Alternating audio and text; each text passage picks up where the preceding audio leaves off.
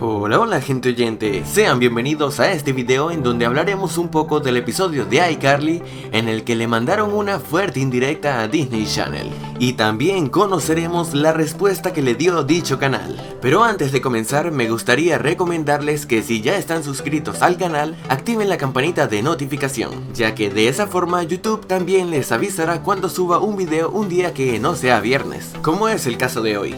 Muy bien, comencemos.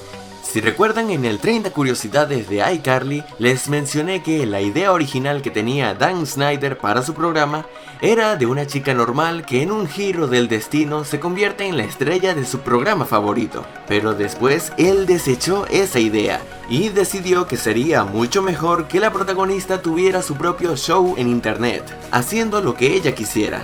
Dan Schneider hizo esto inspirado en la gran popularidad que estaban comenzando a tener los canales de YouTube.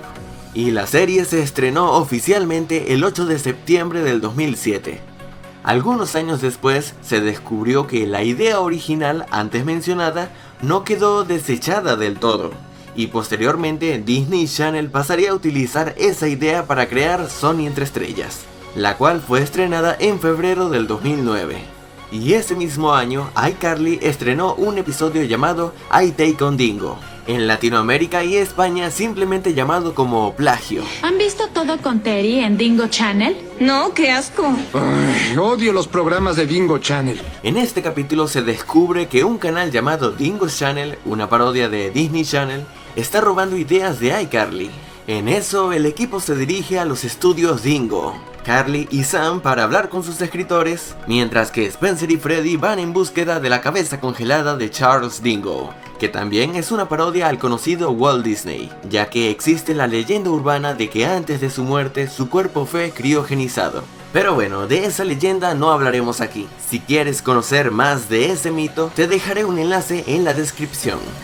Continuando con el capítulo, más tarde los chicos intimidan a los escritores de Dingo Channel, diciéndoles que revelarán al mundo la cabeza de su fundador. Así que los encargados del canal se disculpan y prometen que no volverán a copiarse de iCarly. Jamás volveremos a robar ideas de iCarly. Pero para más humillación, Sam dice que estos plagiadores no se van a librar tan fácil. Así que obliga a que los dos escritores principales tengan una vergonzosa pelea en bikini. Por supuesto, toda la trama de este capítulo Disney Channel la tomó como una especie de desafío, por lo que le preparó a Nickelodeon una respuesta rápida y sutil, y lo hizo en una de sus caricaturas más exitosas de la época, Phineas y Ferb. Fue en un capítulo especial de 1 hora llamado El verano tuyo es. En una parte de ese capítulo el grupo se estrella en una isla desierta. Un rato después, Phineas se pone a cavar desesperadamente en la arena para ver si encuentra algo que pueda utilizar. ¿Y qué es lo que consigue? Una estrella de mar rosada y una esponja de color amarillo. ¿Se les hace conocido?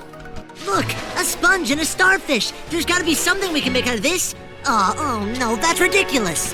Esta fue una indirecta de Disney Channel para Nickelodeon, diciéndoles que una de sus series más icónicas, que sería Bob Esponja, es una tontería. Pero cuéntame, ¿qué piensas de estas indirectas? ¿Crees que no estuvo bien que Disney Channel le respondiera a Nickelodeon? ¿O que Nickelodeon hiciera esa sátira sobre Disney Channel? ¿O que quizás todo esto se trata de una extrema casualidad? Déjame saber tu opinión. Si el video te ha gustado, házmelo saber dándole manito arriba y compartiéndolo con tus amigos. Y antes de irme le envío un gran saludo a Joana, Gabriela, Jason, Battleford, María y Tini Michelle. Y bueno, esto es todo y muchas gracias por haber llegado hasta aquí y espero te haya gustado. Hasta luego.